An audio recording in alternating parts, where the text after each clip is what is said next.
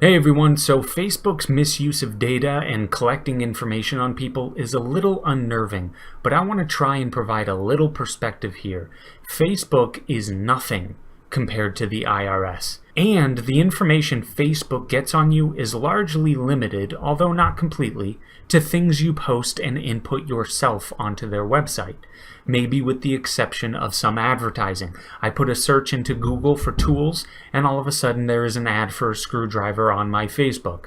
I don't like that, but it won't ruin my life. But here's where the perspective comes in. The IRS can destroy your life with this type of nonsense and this type of behavior. If you report that you've made, let's say, $50,000 each year for the past 5 years, but they found out that you spent $52,000 each of those years, guess what? The IRS van is going to pull up to your house, tear it apart, audit and appraise everything, and if things don't match up, you may find yourself being locked into a cage.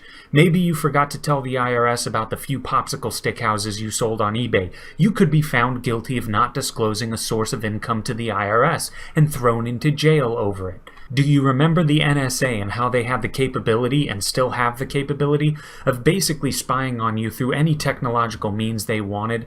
What if they heard you talking about the popsicle stick houses you sold over the phone? Shared that data with the IRS, and all of a sudden your life and livelihood is put into jeopardy because you wanted to sell some arts and crafts.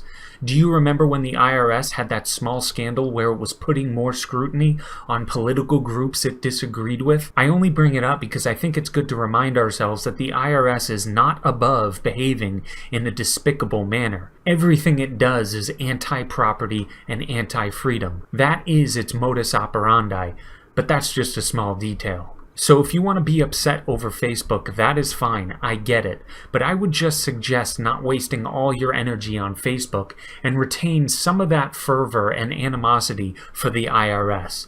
The IRS is the true culprit when it comes to being absolutely disturbingly intrusive into the private lives of people.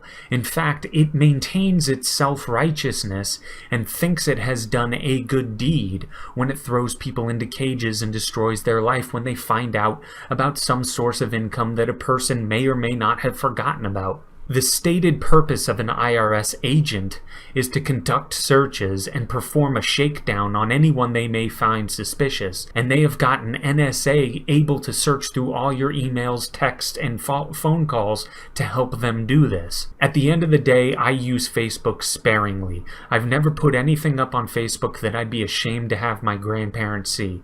I am not saying everyone should do the same as I have done, but it is too easy to mitigate the potential consequences of Facebook acting irresponsibly, whereas, like I said, the IRS and the NSA is the true offender here in terms of a gross violation of a supposedly free individual's privacy, and there is nothing you can do about it. There is no means of escape.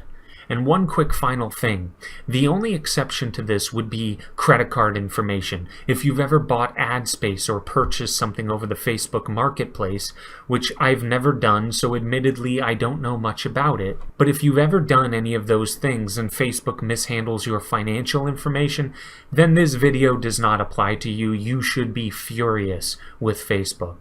That being said, the IRS blatantly steals your money on a consistent basis, so I guess it still holds that the IRS is a worse perpetrator in this regard as well. Anyway, perspective never hurts, and that's all for now. Thank you.